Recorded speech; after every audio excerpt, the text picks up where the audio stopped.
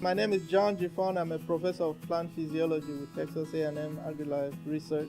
If you have a much longer system, they can actually deplete nutrients on the top. Hydroponics and aquaponics is one of them. It's a new way of growing plants, optimizes the use of resources. It's a very efficient way of growing plants without soil. It's very similar to some of the sustainable production systems that you've seen out there, but in this case we're growing the plants without soil.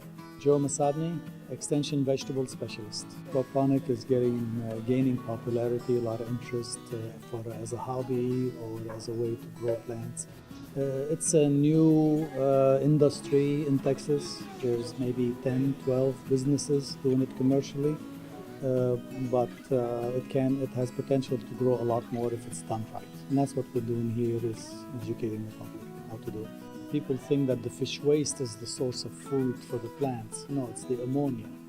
There's some that comes from the digestion of the fish waste, which is the other nutrients, other elements, calcium, potassium, things like that. But the nitrate, which is what we're looking for, comes from the ammonia that the plant breathes or excrete. The channels are set up at a gradient so that water is always flowing downhill. Looking into more methods of growing crops. So instead of digging into the earth and stuff like that, I wanted to see if there's anything else. And aquaponics and hydroponics seem to fit that profile pretty good. It's a lot of information. It's like you get a lot of information online, and these kind of fill in the gaps that they don't fill in when you're looking online or looking for the research. This is the deep water circulating system. We call it deep water because you have water in a kind of a pond here, and the depth will really depend on your objective.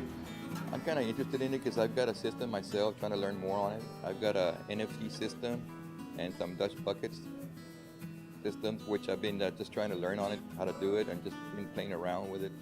These kind of trainings are awesome. You know, more people need to learn more about it. So the filtration system here is really important. From here on, water then flows again into this standpipe. Everything again is by gravity, and then through here onto your grow bed.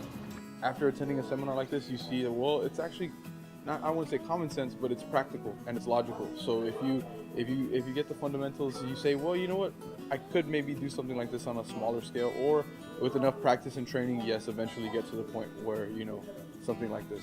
The water is sitting there, but it's also being mixed. Here you will need air stones to keep that water well fed with oxygen. And then excess water, as it circulates, will flow over here in this return pipe.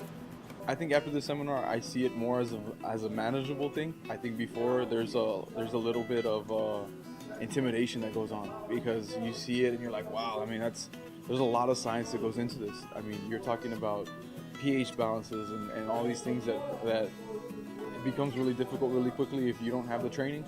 This is new in the valley, at least, but the research we're doing is going to help not only home gardeners, but also people who want to do this commercially.